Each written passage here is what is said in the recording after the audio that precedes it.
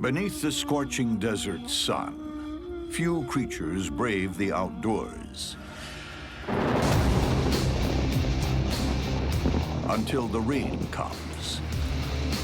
Then the desert comes alive with creepy crawlies.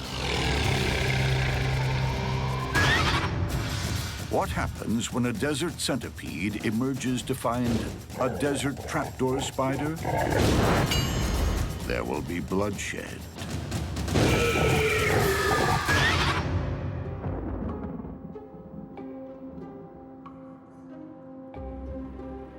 Most of the time, this trapdoor spider remains in the underworld. But some rain brings it into the open for a long-awaited drink. It's actually an amazing thing to see because so many animals have been waiting for the rain that you can literally watch animals come running out. And the trapdoor does the same thing, both to drink some extra water, but also just to make sure that her lines extending from the burrow are still in good shape. Trapdoors are home buddies. They're not going to go very far because they're relatively vulnerable away from their burrow. It's a rare outing, and something she's not too comfortable with. Without the advantage of her deep burrow, she's vulnerable to predators. Even though the trapdoor spider is a relatively large spider and a terrifically efficient predator, they're not all that aggressive spiders. Many of the trapdoors stay underground. They're not partying spiders that get out and wander around a whole lot, but basically they're living fairly reclusive lives. It's reclusive because the desert trapdoor is an ambush specialist with two giant fangs that can pierce the toughest exoskeleton. Trapdoor spiders have quite large parallel fangs that strike down. It rears the front end of its body up and then strikes. The trapdoor invests a lot of effort in building its home, so it's going to stay there for most of its life. Desert trapdoor spiders are good hunters. The spider is sitting with its legs touching the different lines coming in and is essentially monitoring the situation around its burrow.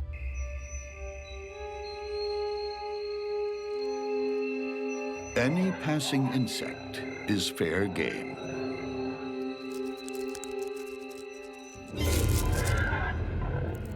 Gripped in an 8-legged vise, this cockroach stands no chance. Its body is ripped open, and the bug is turned into lunch. The trapdoor is a formidable killer. But tonight, the rains bring out another. An entire street gang rolled into one. The desert centipede. Desert centipede is the baddest of the bad. He's aggressive, fast, big, mean. He wanders the desert like a serial killer, looking for more victims to add to his list. With 42 legs and a body some 5 inches long, this desert centipede is the type other bugs cross the street for. This cricket has just made a fatal error. Out for water, it's left itself exposed. The desert centipede's super-sensitive antennae have locked on. The cricket is dead meat.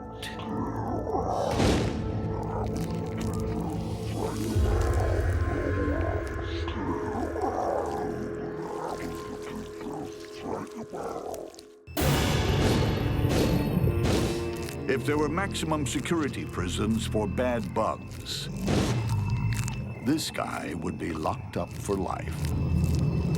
He's just a natural-born killer.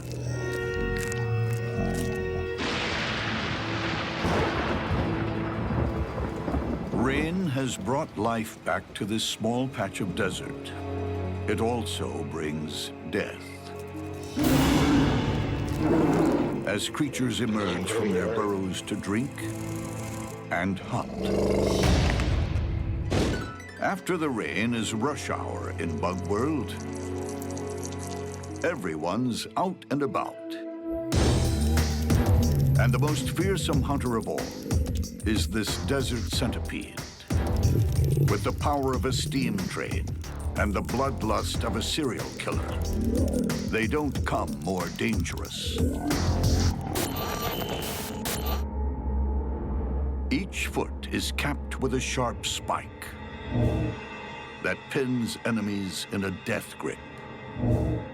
Up front, two huge claws rip flesh and inject venom simultaneously. This guy's big weapon is his extremely potent venom, which he delivers with these unique modified legs that are claws dedicated to delivering venom. And there's rarely time to escape. Desert centipedes are pretty handy at pinning down their prey. They're like an entire team of wrestlers in one animal. They wrap around, hold it immobile, and then deliver their venom with a single bite. This desert thug also has incredible senses.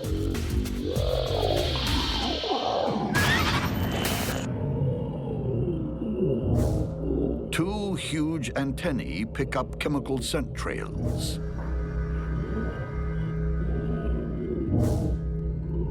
They have this extraordinary ability to follow a chemical trail ruthlessly, persistently. Once they find it, then they attack. Brute strength, vice grip, smashing claws, deadly venom. It's unstoppable. Or is it? Will the desert trapdoor spider withstand an all-out assault? It's showdown time.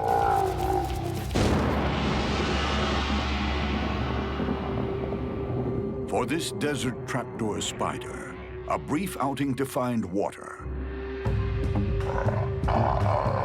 lights a chemical fuse, burning all the way to a big bang. Like a heat-seeking missile, the centipede locks on.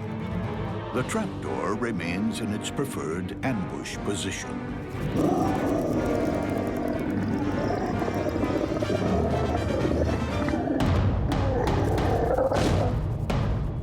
If the centipede needs to dig a prey out, it'll use its venom claws as pickaxe to hoe in on its prey. The centipede dives headfirst into the burrow.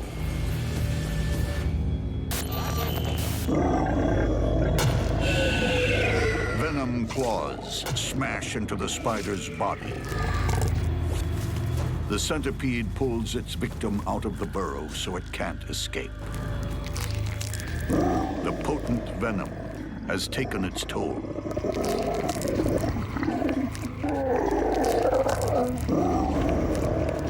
Using his claws like steak knives, the desert centipede never eats slowly.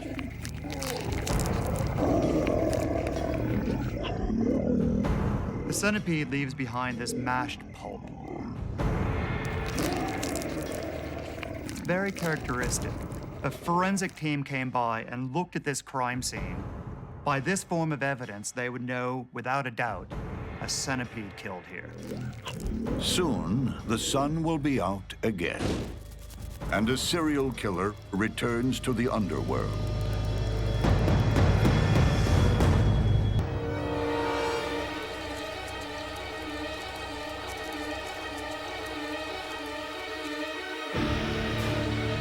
The rainforest floor is choked with debris.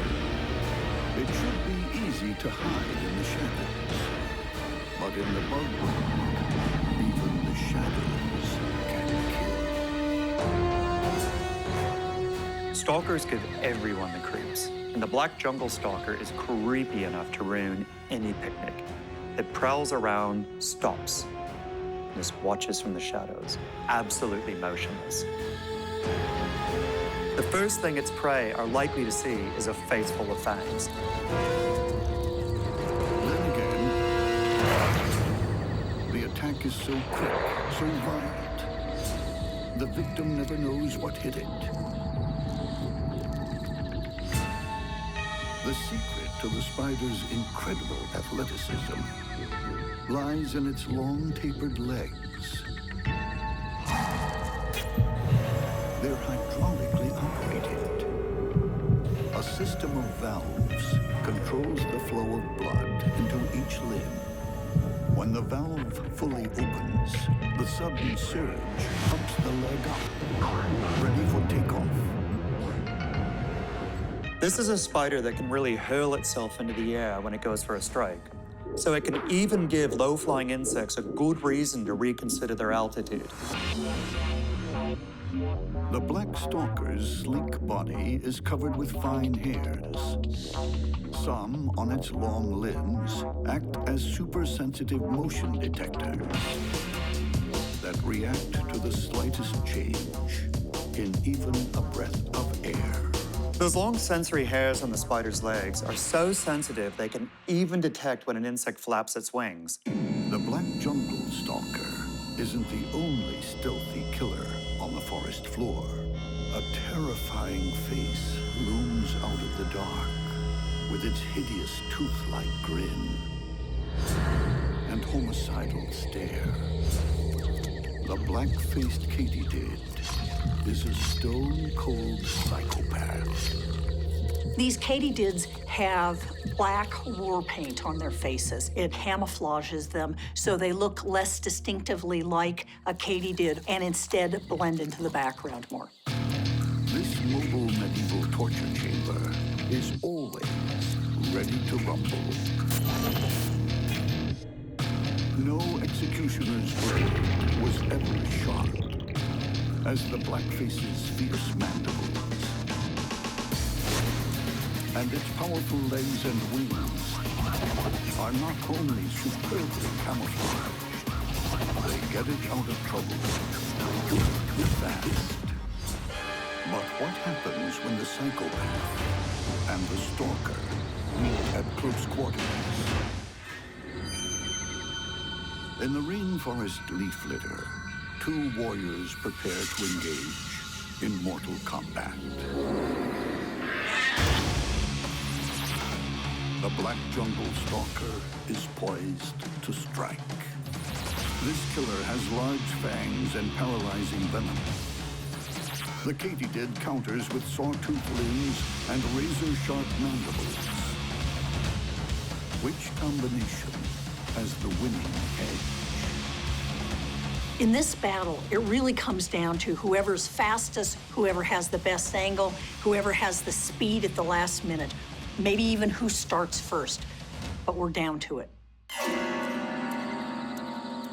With its antennae probing, the blackface goes on the offensive. The jungle stalker doesn't demur. It reaches forward.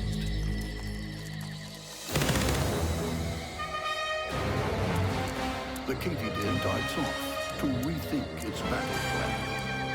It decides to attack again from the side. But with its hydraulic legs, this spider can move any which way.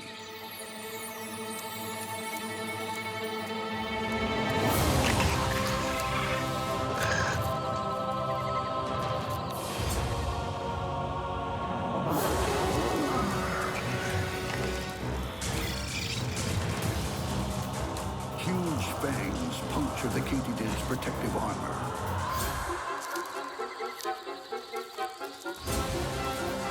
The black face fights and kicks, but the stalker's fangs are deep and trigger a ticking time bomb. At this point, the clock is at 2 minutes to midnight. But the spider still has to be extremely careful of the katydid's spiked legs and mandibles, because if it gets even the slightest chance to use them, it will, even as it draws its final breath. Keeping the katydid's limbs out of harm's way the stalker maintains its steely grip. The kicks become feeble, and the maniacal grin becomes a death rictus. This is an enormous kill for the black jungle stalker. It's the equivalent of a lion bringing down a zebra single-handedly. This is one mighty hunter. The black jungle stalker feasts. When it's had its fill, the leftovers furnish a second banquet for the bugs of tomorrow.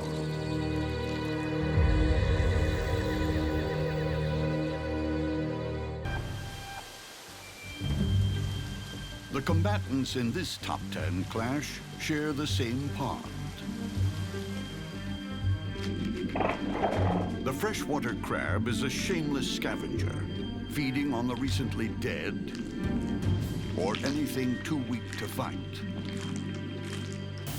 Like a knight in shell-hard armor, the freshwater crab's body and legs are safe from all but the most extreme assault.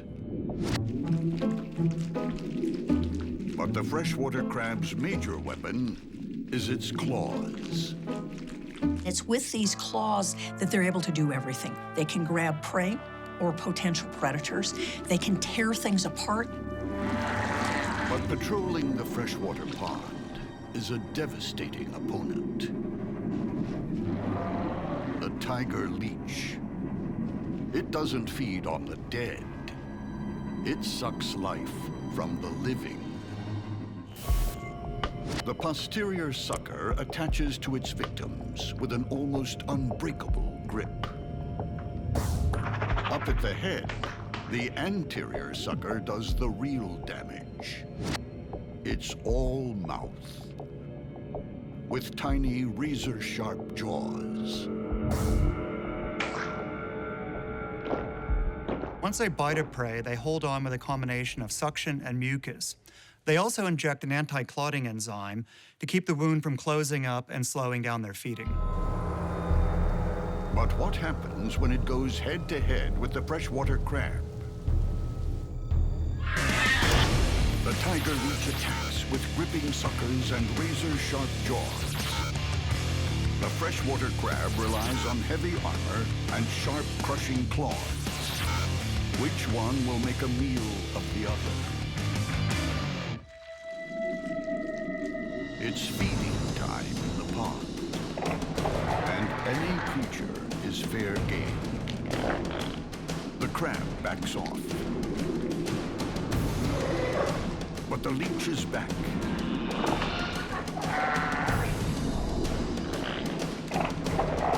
It searches for the crab's Achilles heel.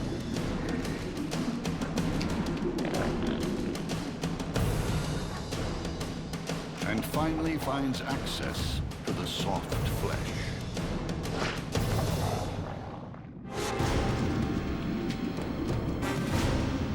The jaws clearly visible. The leech starts to suck the crab dry from the inside. This is bad news. The crab is able to defend itself really well in the front of its body, but behind, it can't get its pinchers. It can't get its legs behind it. The leech sucks the life out of the crab.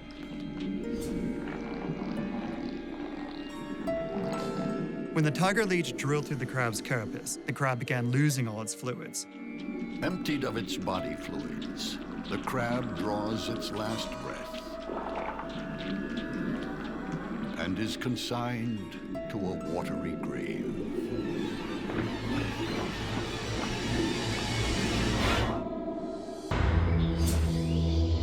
The rainforest is riddled with entrances to the underworld.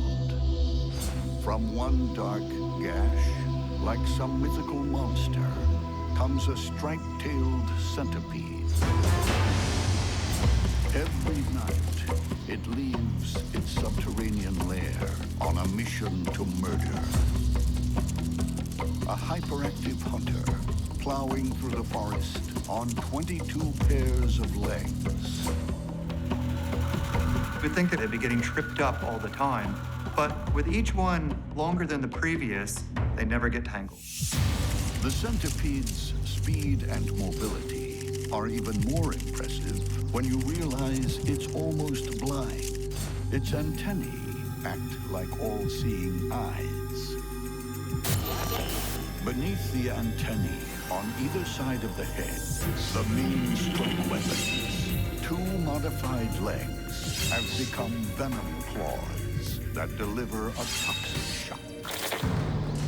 Perched high on a leaf, a grasshopper thinks it's out of harm's way. But the striped-tailed express is hot on its chemical trail and severs a hind leg. Now that's poor defense. The grasshopper really should have jumped clear while it had a chance, because now when the centipede comes back, it's not going to have a leg to stand on. The venom claws now serve as silverware, pulling soft flesh from the exoskeleton. Like a discerning diner ripping meat from a lobster tail. Nearby, another denizen of the dark emerges, hungry for blood. With its heavy armor and creeping crab-like warmth, the vinegaroon is a primeval nightmare. Vinegaroons are like B-grade movie idols. I mean, they're just really scary, monster-looking animals. Massive pedipalps, ending in crude pincers, grab prey in a merciless embrace, then crush it against serrated armor plates. Like all arachnids, the vinegaroon has 8 legs, but only 6 are used for walking. The first 2 are sensors that the vinegaroon taps around like a blind person's cane. Its heavy armor is enough to deter most predators. If that doesn't work, the vinegaroon mounts a reeking rearguard action.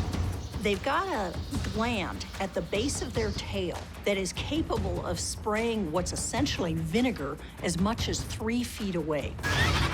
They're able to move their tail around, aim it toward the predator, and then spray this mix of acetic acid and caprylic acid. It breaks down an invertebrate's exoskeleton. But will the vinegaroon's heavy weapons be enough to defeat the striped-tailed centipede when it attacks head-on? In the dead of night, the rainforest is haunted by underworld demons.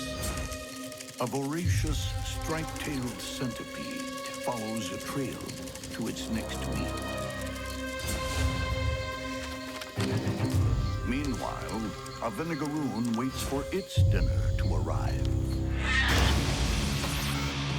The centipede attacks with spiny feet and razor-sharp venom claws. The vinegaroon wields giant club-like pedipalps, spiked pincers, and serrated blades. Who'll survive the battle of the night terrors?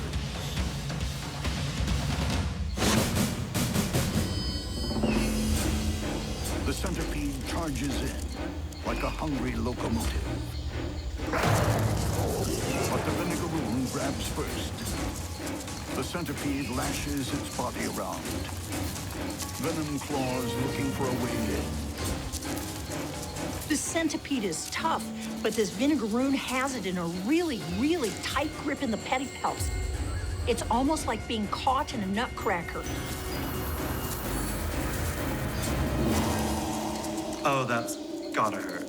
Even if the centipede manages to get away, he's going to have a terminal headache, and I don't think he's going to get very far.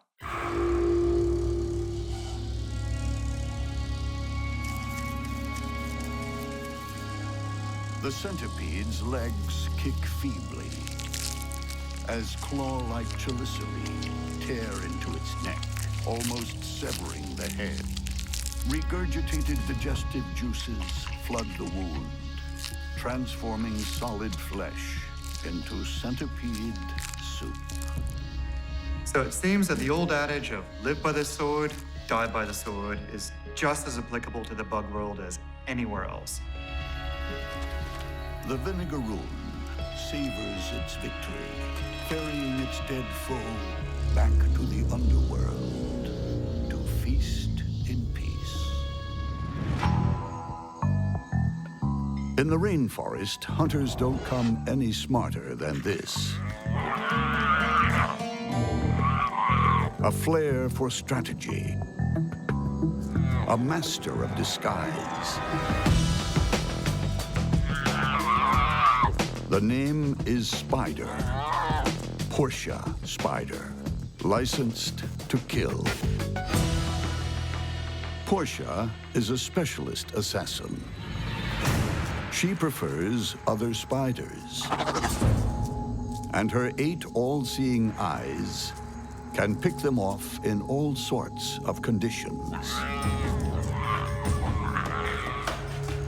The eyes have different functions. The eyes on the side are very attuned to movement. A jumping spider can see 360 degrees. The front huge eyes are essentially recognizing contrast and discriminating distance. Combination of these different eyes, they just have superb vision. Portia is also a mistress of camouflage. Tufts of brown and white hair all over her body, thick brushes on the top of her legs, and thin lower leg segments make her look like forest debris. It's the perfect cover for ambushing prey.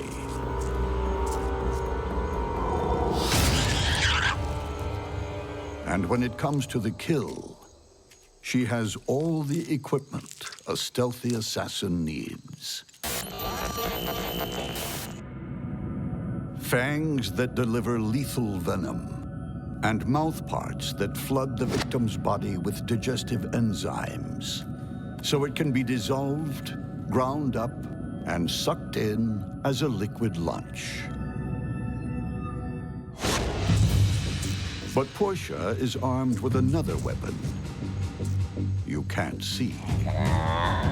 Portia are incredibly intelligent spiders. What Portia seems to do is locate its prey, figure out where it is, approach it from a number of different angles until it's in an optimal hunting position. She's also a master deceiver. She doesn't just look like leaf litter, she acts like it.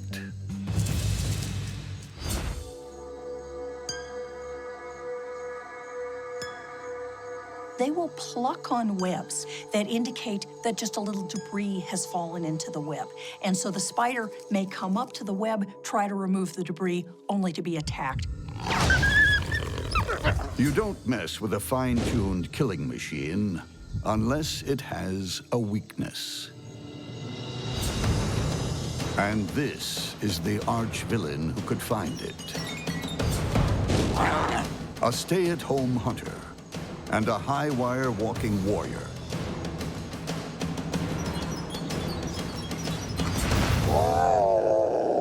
The long-jawed orb weaver. The orb weaver's web is laid out like a circular grid with lines radiating out from the center. The spider will sit in the center, and from there it can get to any point on the web very fast, and those long legs just enhance their speed. The orb weaver lies in wait. A silent ninja poised to strike. Orb weavers have 3 little claws at the end of each leg, and while they're sitting on the web, they're monitoring every little vibration. Each movement means something. A puff of wind, a falling leaf, or what the skillful hunter is really waiting for, a trapped insect. Sensing vibration is far more important to these guys than seeing things. In fact, vision doesn't really play a role at all in their hunting strategy. When this eight-legged ninja strikes, it's lightning quick. But no throwing stars here. Just two long, razor-sharp fangs. Perfect for turning prey into shish kebabs.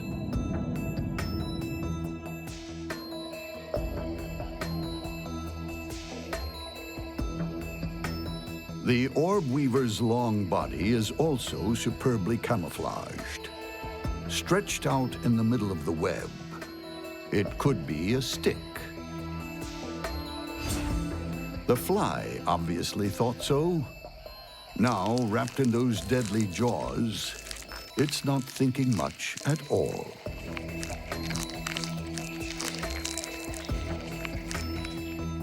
The Longjaw's spiked chelicerae effectively perform the same function as the raptorial arms of a mantid. They help grab onto the prey, hold it, and tear it apart. Nearby, the Portia spider is figuring how the orb weaver could become her next meal.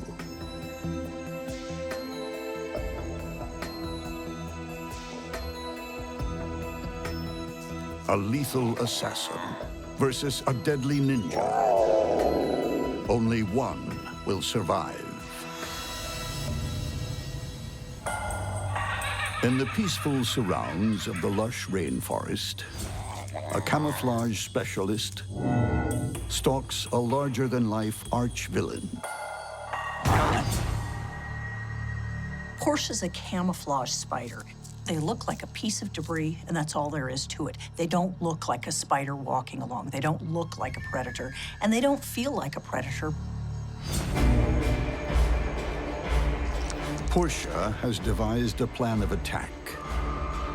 She starts snipping the long jaw's silk lines, clearing a jumping path for a view to kill. The Portia has done such a good job of tricking the Longjaw that it is oblivious to the threat, even as its back to it.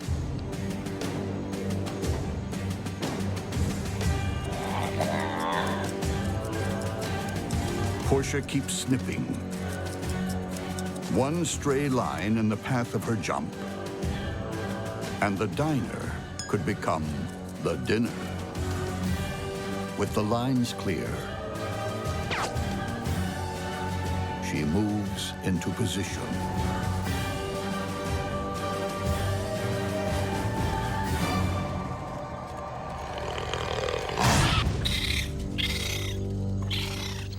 A quick, clinical kill. As the venom-filled fangs plunge into the orb weaver's body, what took more than an hour of scheming and preparing is over in a moment. Portia venom is unusually potent, especially to spiders. As the deadly cocktail courses through its body, the long jaw is paralyzed, then eaten. You know, it's no surprise that this Portia won. Long-jawed spider, unless it escaped fast, was doomed. It isn't a spider hunter. Portia is a spider hunter. They're good at what they do. They're really smart. I don't think the long-jawed spider had a chance. Like a professional assassin, Portia is ruthlessly efficient. And she's already planning her next kill.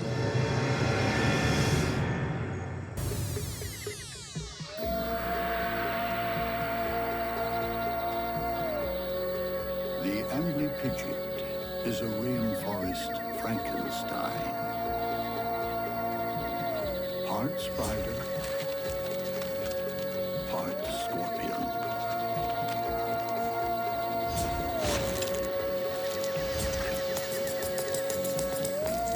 Amblypygids are closely related to spiders and vinegaroons. They've got 8 legs and 8 eyes. It shuns the light, spending its days skulking in crevices or under rocks, emerging after dark to feed. Its armored body is built low to the ground. Lateral grade legs allow it to move in any direction. Two of those limbs have been modified to act as whip-like antennae.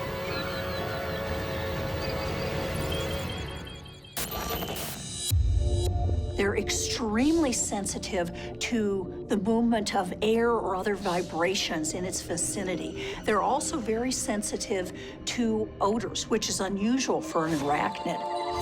With as many as 148 joints, these whip-like organs can circle its whole body, keeping a 360-degree lookout. And when it locates prey, it crushes them with multi-pronged pedipalps. Those pedipalps are like huge clubs lined with spikes.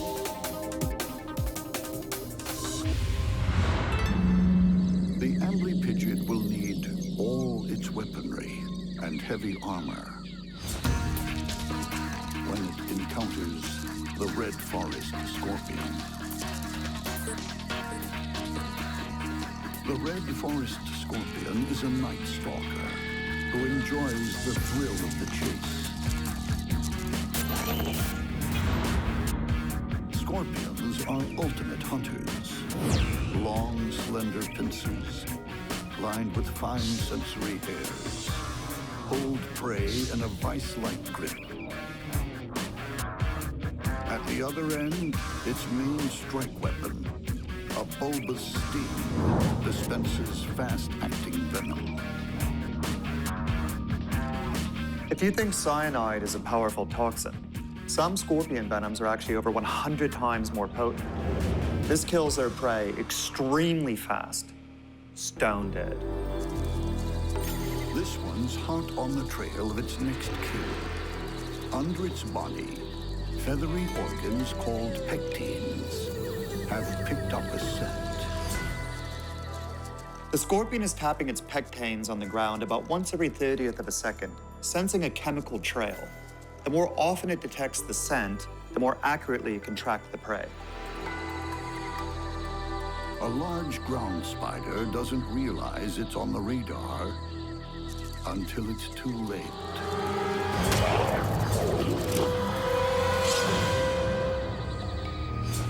One sting, and the scorpion feasts. But when the Amblypygid comes by, the conquest might not be quite so easy.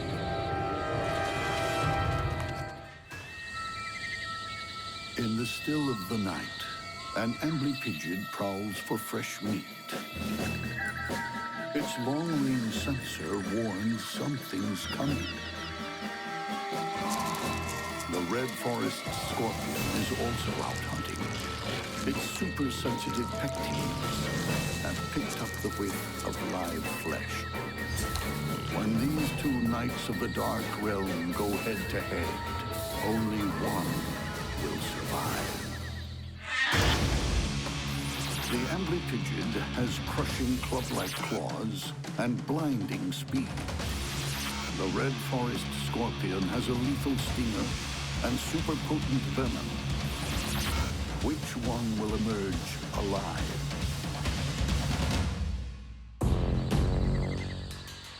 The scorpion lies in wait below the ledge.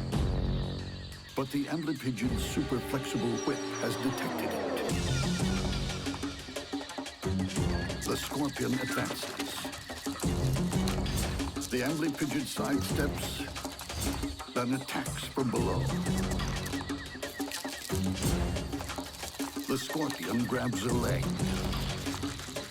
while avoiding the Amblypygid's stiletto-tipped claws.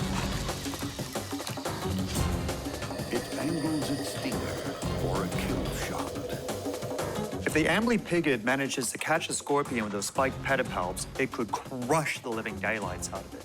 It's So it's important that the scorpion gets in a sting as quickly as possible. The Amblypygid locks on, attempting to crush its opponent into submission.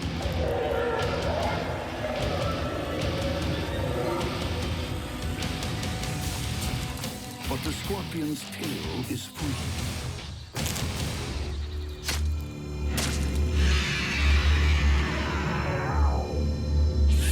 The scorpion injects its cocktail of tissue-destroying venom.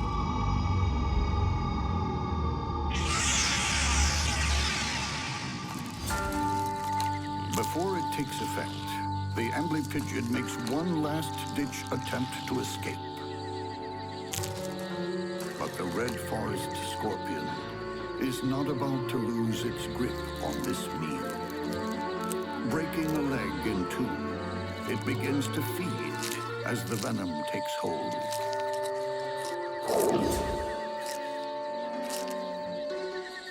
The Amblypygid flatlines.